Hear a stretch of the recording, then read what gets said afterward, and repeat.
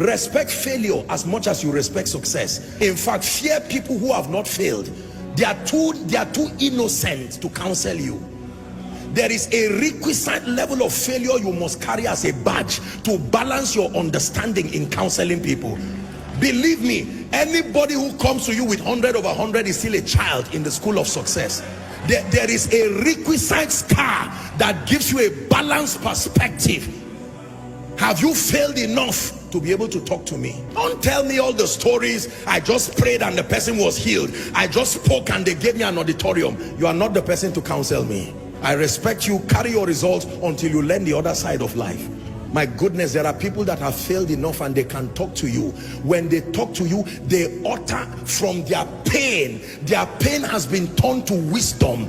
Every sentence is a life lesson. A woman who tells you, I have been barren for 10 years. Now God gave me 3 sets of twins. Forget the twins and learn wisdom. Don't just respect crowns, respect scars.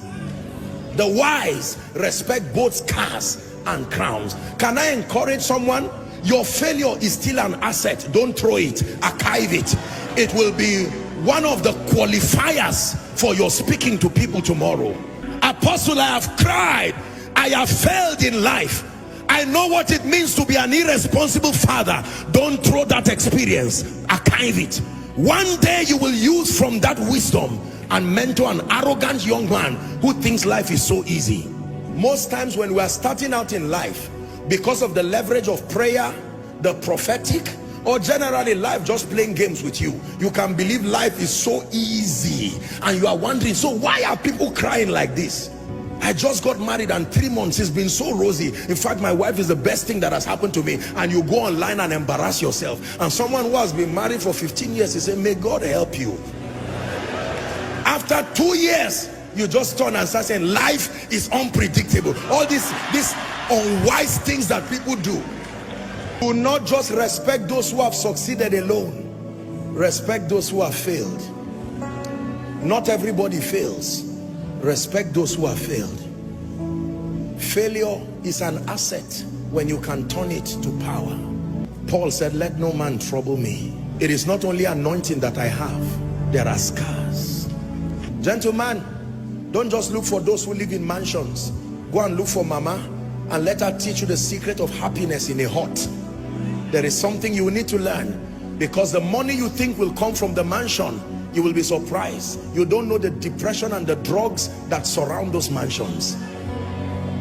Sometimes you need to learn from both a king, but you need to learn from the slave that is in his palace. There is something the slave can tell you that even the king does not know. The slave is the one who cleans the palace. He knows what he has seen there. Why will the Lord speak to a young virgin through an angel and says, Mary, you are highly favored?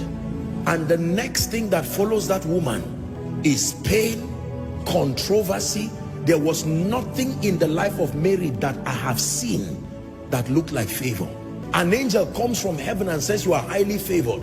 I would expect the king to call her and say, I had a dream. There is free land for you. As soon as Jesus is born, you become tax-free. That sounds to me like favor.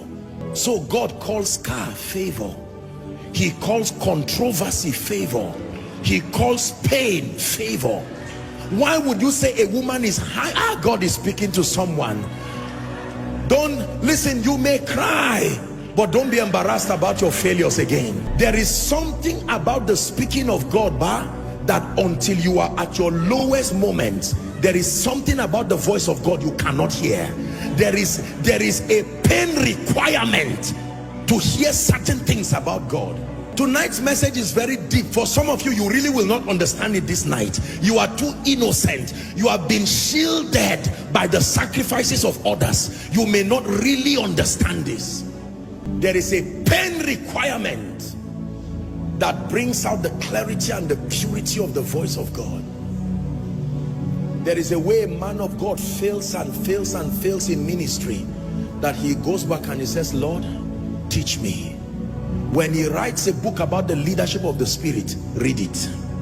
That pain has purified any flesh and the need to make a name. It's gone. That is the reason why when people go through things and they come out of it, they usually come out with an anointing. Barren for 16 years, laughed at by people. As she gets triplets, it's not only children she got. The day she speaks over you, she will terminate barrenness in a moment, because every time she sees you, like the high priest, she's touched with the feelings of your infirmity. Let me tell you the truth. You see, many of you see today that I pray for people and I'm just speaking and you see the power of God. It's not only prayer and anointing, no. There is a pain requirement that has reached down to the bowels of power and has drawn genuine, authentic spiritual power.